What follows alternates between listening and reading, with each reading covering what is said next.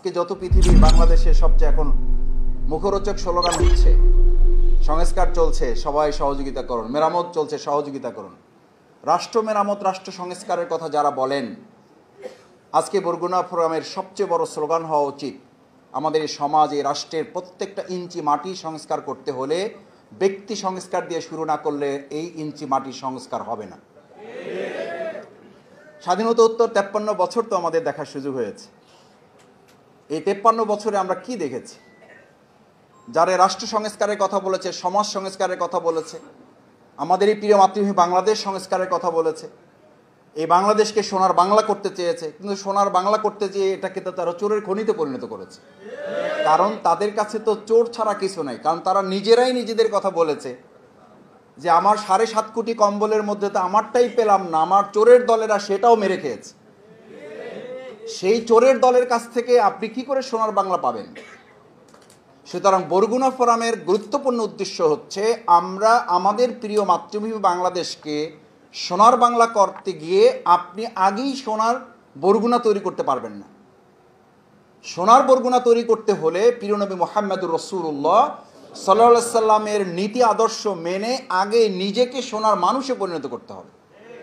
তারপরে সেখান থেকে সংস্কার করলে আপনি বরগুনা ফোরাম সংস্কার করতে পারবেন, সেখান থেকে প্রিয় মাতৃভূমি বাংলাদেশকে সোনার বাংলায় পরিণত করতে পারবেন। অফআলুল খৈর, কল্যাণে, মানুষের কল্যাণে কাজ করা।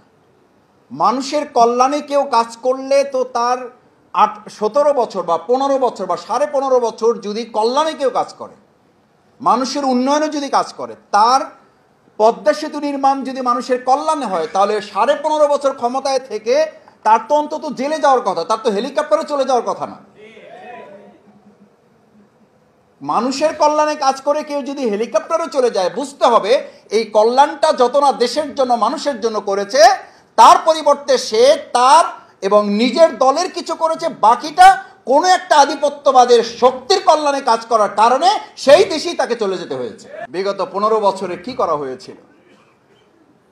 বিগত 15 বছরে আমাদেরকে কথা জানানো হয়েছিল, প্রকাশ্যে সংবাদ সম্মেলন করে বলা হয়েছে নির্বাচন হতে হবে, নির্বাচন আমাদেরকে যেতে হবে, না হলে আমাদের রাষ্ট্র বিঘ্নিত হবে, স্বাধীনতা বিঘ্নিত হবে। আমরা ধিক্কার জানাই। আমাদের পার্শ্ববর্তী রাষ্ট্রের একটি সংবাদ মাধ্যম, আমরা জানি না তাদের কতখানি ভিত্তি সেখানে আছে, তারা আমাদের প্রিয় চট্টগ্রামকে তাদের অঞ্চলের দাবি করে তারা যে পত্রিকা এবং তাদের নিউজ চ্যানেলে যে নিউজ দিয়েছে, আমরা দ্ব্যর্থহীন কণ্ঠে জানাই, চট্টগ্রাম তো দূরের কথা, বাংলাদেশের 1 ইঞ্চি মাটি নিয়ে কেউ ষড়যন্ত্র করলে, আমাদের মতিউর রহমান নিজামীরা জীবন দিয়েছে, আমরা জীবন বাজি রাখবো, 1 ইঞ্চি মাটি কারো কাছে ছেড়ে দেওয়া হবে না।